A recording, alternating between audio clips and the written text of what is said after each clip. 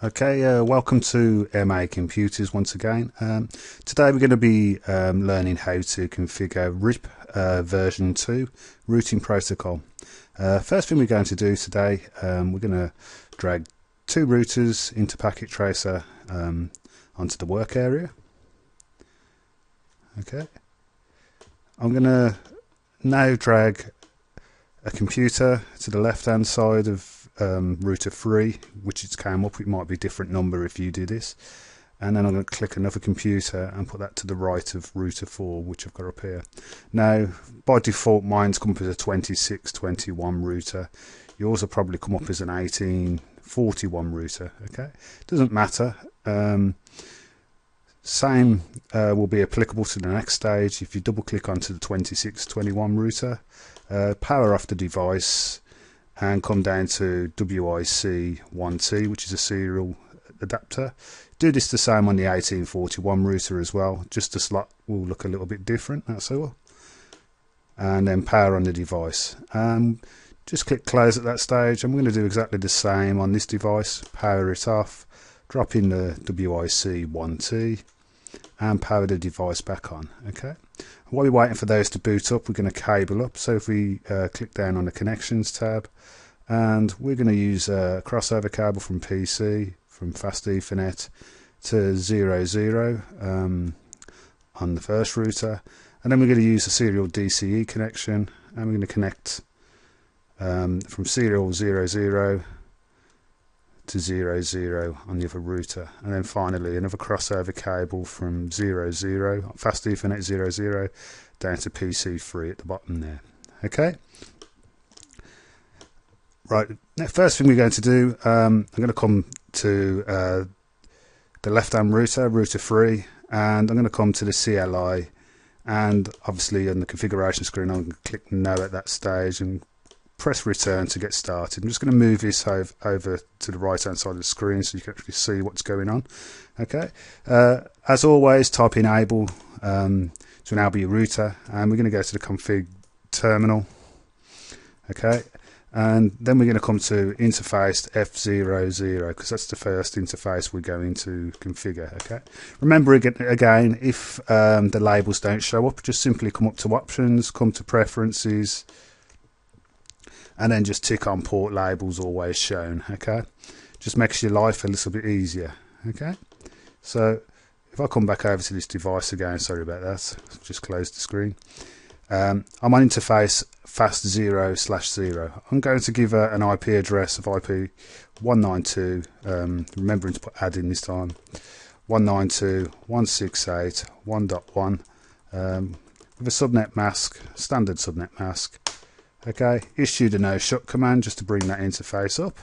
Okay, we're going to come back one configuration screen, and we're going to go to interface serial 0/0. Okay, now on this interface we're going to put an IP address of 99.99.99.1, and I'm going to use a subnet mask 255.255.255.252. Okay, so basically with this address, this router and this router, we can put one address, and then all we're left with is the network address and the broadcast address. So the two only available network addresses available to the hosts are only going to be allowed to be used at this stage. Okay, and that basically stops us from wasting IP addresses which might be useful somewhere else on the network. Okay, so we're going to issue a no shut command, and again you can see that it's changed the state to up. Okay, and finally, if you remember from a DCE connection, I can see the clock is on serial 00 on router 3.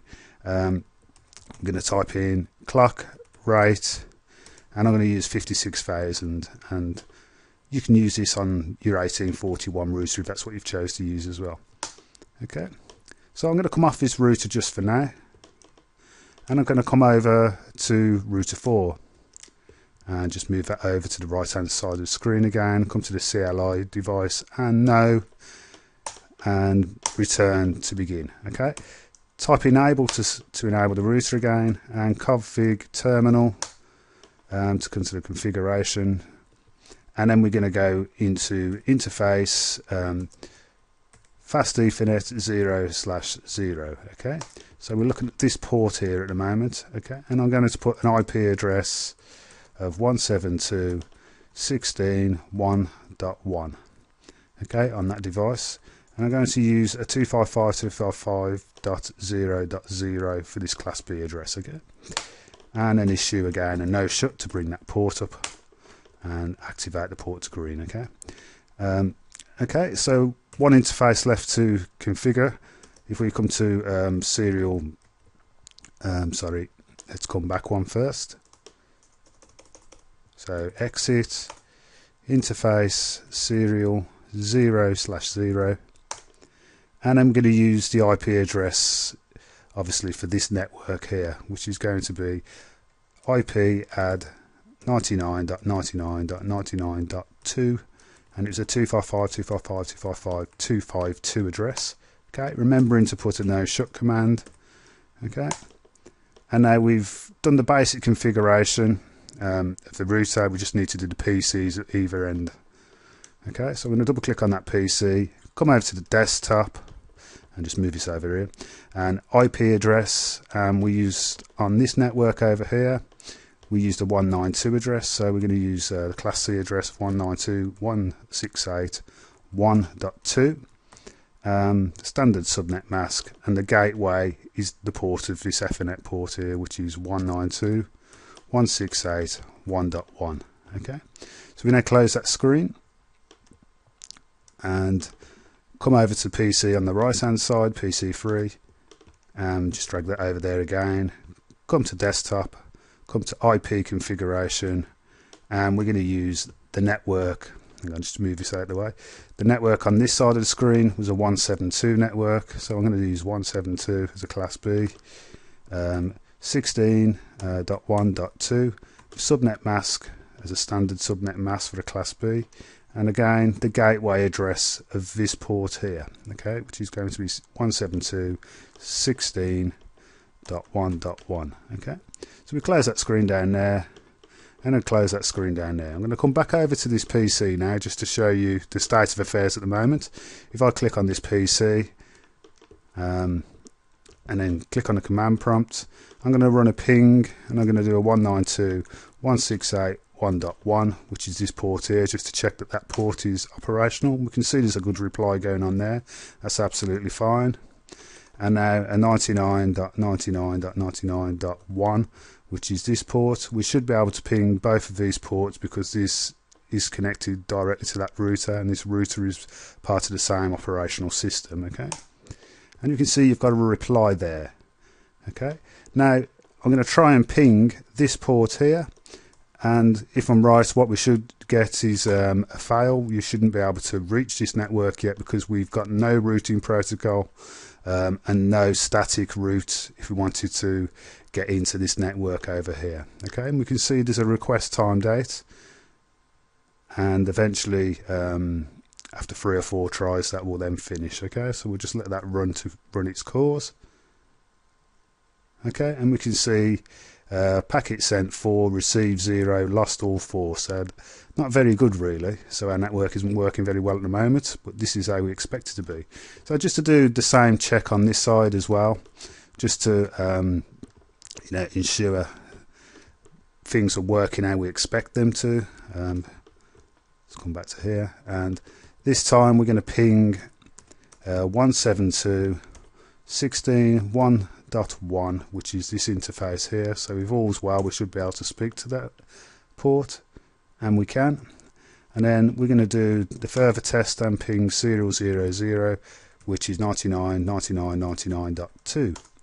Okay, and we get a reply from there, absolutely fine as expected. Now we're going to try and ping this port here, and without a routing protocol we shouldn't be able to reach that port, so again we should get 4 times out and we all get 4 lost packets. Okay, so we'll just let that run that course, and then we'll move on to configuring the router RIP protocol.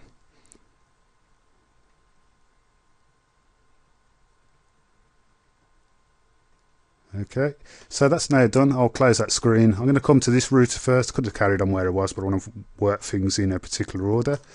Come over to this router here. Okay, and we need to come to the configuration terminal.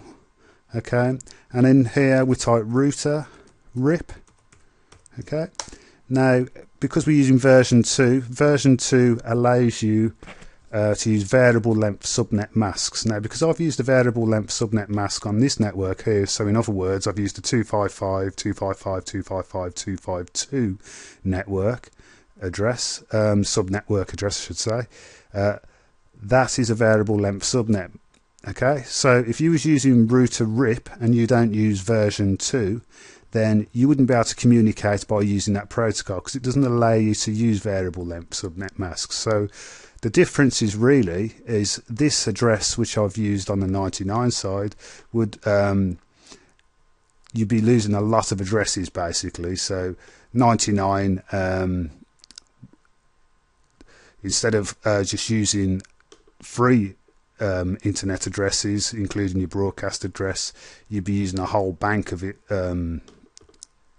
IP addresses, which wouldn't be any good, and it would be very, very wasteful as well. Not only that, but router RIP, we have a few other problems with this, and I'll just open up a document down, not that one, this one here, and we've got here, these are the reasons why. So RIP version 2 supports variable length subnet masks, whereas version 1 doesn't.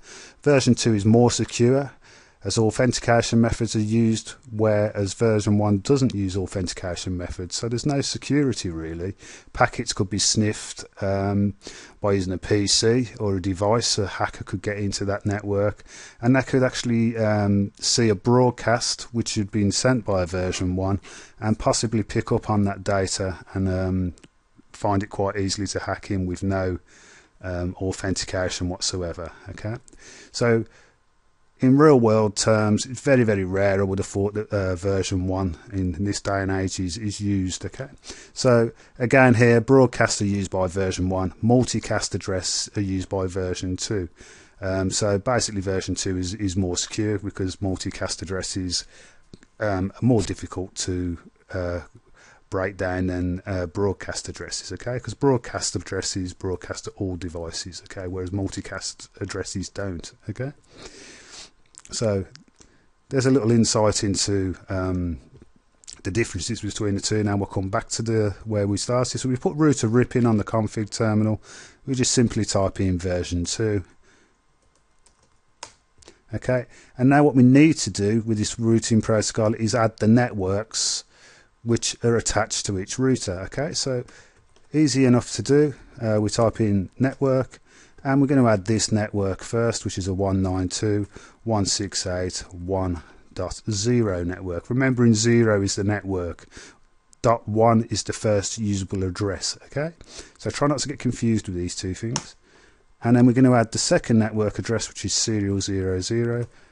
And to do that, we type network 99.99.99.0. Okay, again, the network address. And then I'm just going to do a do write just to make sure we've saved that to the router memory. I'm going to close that screen and we're going to come over to the second router. We're going to do the same. So make sure you're on the config terminal and we're going to go router RIP. Remember to put version 2 and network 99.0 for the first network. And then network for this network is a 172.16.0.0 network, okay, because it's a class B network. Right. I'm going to do a write command on there again now, and then I'm going to close that screen for now, and I'm going to come back over to PC2. Okay, and drag this over here. Come back to command prompt. I'm going to do a ping back to 99.2, which is this port here. Okay, so I'm pinging from this workstation through this router into another network, and you can now see we've got a reply echoing back, which means that we're getting through to the other network. Now let's see if we can get to this port as well, because obviously we've added this network and we've also added the 172 class B network as well. So if we can put ping 172.16.1.1, and we can see we're now pinging from here to the Ethernet 00, which means, providing the IP address has been set up right and it belongs to this network, which it does because we've set that up, we should also be able to ping that PC as well. So we're pinging from here all the way across to this PC, which shows that our routing protocol is functioning and correct. Okay, I always like to do the test in reverse just to ensure that the networks have been added correctly in both directions. Okay, and we'll just run through that quickly. Command prompt, and this time we're going to just go straight to PC2, because if we can get to there, it means we've had to pass through both routers in order to ping it. So we'll go 192.168.1.2. okay, and we're getting a reply from that PC. And if we come over to that PC just to show you, that is the address of that PC, and you can see here 1.2. okay, so that is the basics behind RIP version 2.